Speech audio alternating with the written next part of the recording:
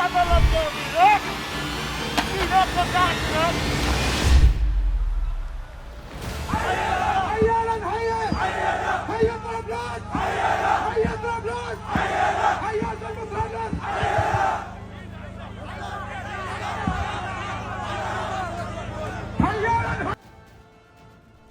परिवर्तन, बदले की आग और हिंसा का एक और दौर। सीरिया की जमीन फिर एक बार खून से सनी जा रही है, अपने ही नागरिकों के खून से। 6 से 10 मार्च के बीच कम से कम 973 नागरिकों की हत्या कर दी गई। एक खास अल्पसंख्यक समुदाय अलावी को निशाना बनाया जा रहा है। इन हत्याओं का आरोप भी किस पर लगा है वो भी जानिए, खुद सुरक्षा कर्मियों और सरकार समर्थक लड़ाकों पर। अब सवाल ये कि सीरिया में ये हिंसा आखिर क्यों हो रही है? एक देश की सेना अपने ही नागरिकों की हत्या क्यों कर रही है? कैसे ये हत्याएं वहां हुए सत्ता परिवर्तन से जुड़ी हुई है? और आखिर अलावी अल्पसंख्यकों के खात्मे पर सीरिया की नई सरकार क्यों तुली दिख रही है?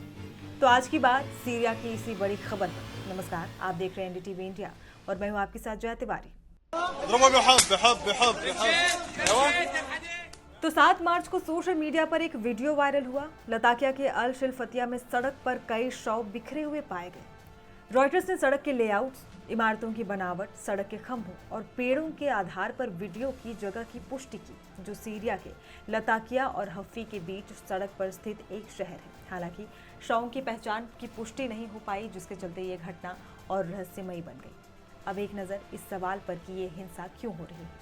हिंसा क्यों हो रही है, ये जानने के लिए आपको बशर अल असद के बारे में जानकारी जरूरी है। दरअसल साल 1971 से सीरिया में अल असद परिवार का कंट्रोल था, जो दिसंबर 2024 में जाकर खत्म हुआ।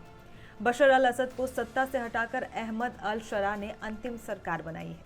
सीरिया में कई लोगों का मानना है कि भले वहां सुन्नी बहुसंख्यक है, लेकिन इन 5 दशकों में सत्ता और संसाधन अल्पसंख्यक समुदाय अलावी के हाथों में केंद्रित थी।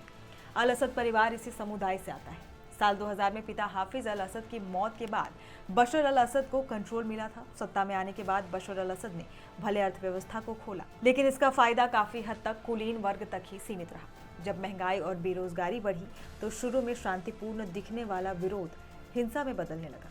बशर अल असद की सरकार ने प्रदर्शनकारियों पर कार्रवाई की और आंदोलन जल्द ही हिंसक गृह युद्ध में बदल गया।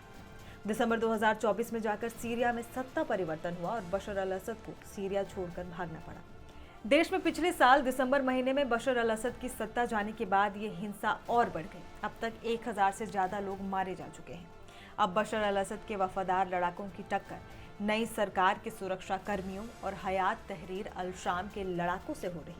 सुरक्षा कर्मियों और हयात तहरीर अल शाम के लड़ाकों ने उन क्षेत्रों को निशाना बनाया है जहां अलावी समुदाय के लोग रहते हैं। खून खराबा बेहिसाब हो रहा है और अलावी समुदाय इससे सबसे अधिक प्रभावित हुआ है। अब सवाल ये कि अलावी कौन है?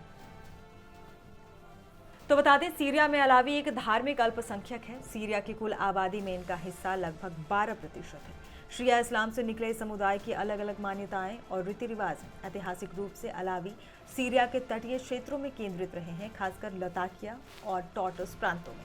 असद परिवार अलावी समुदाय से ही जुड़ा है। इस परिवार के 5 दशक के शासन के दौरान अलावी समुदाय के लोगों ने सेना और सरकार में महत्वपूर्ण पदों पर कब्जा कर लिया था। इसे अल्पसंख्यकों के कब्जे के रूप में देखा गया।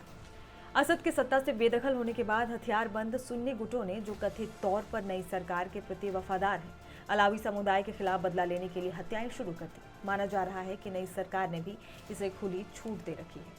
अपनी सेना को भी इस काम में लगा रखा है। एपी ने अपनी रिपोर्ट में कहा है कि कई जगहों पर लोगों की हत्या करने से पहले उनके मजहब के बारे में पूछा गया। उनके आईडी कार्ड की जांच की गई और उनकी पहचान करने के बाद उन्हें गोली मारकर उनकी हत्या कर दी गई। इन हमलों को लेकर कई देश अपनी प्रतिक्रिया दे रहे हैं। कतर के विदेश मंत्रालय ने सीरिया में गैर कानूनी संगठनों द्वारा किए गए अपराधों और सुरक्षा बलों पर उनके हमलों की निंदा की है। सऊदी अरब और कुवैत ने गैर कानूनी समूहों द्वारा किए गए हमलों की निंदा की और मिस्र के विदेश मंत्रालय ने सीरिया के राष्ट्रीय हित को प्राथमिकता देने की अपील की है।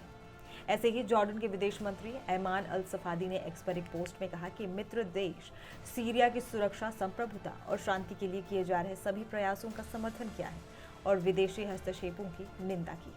किसी भी देश की सरकार, जिसका कर्तव्य होता है अपनी जनता की रक्षा करना, लेकिन जब वही सरकार अपनी ही जनता के खिलाफ हिंसा को हथियार बना ले तो सवाल उठने लाजमी है।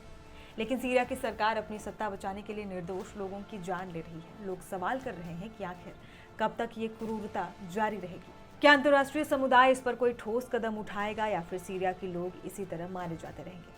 इस वीडियो में फिलहाल इतना ही, लेकिन ऐसे ही देश दुनिया की तमाम जानकारी के लिए आप देखते रहिए एनडीटीवी इंडिया। नमस्कार।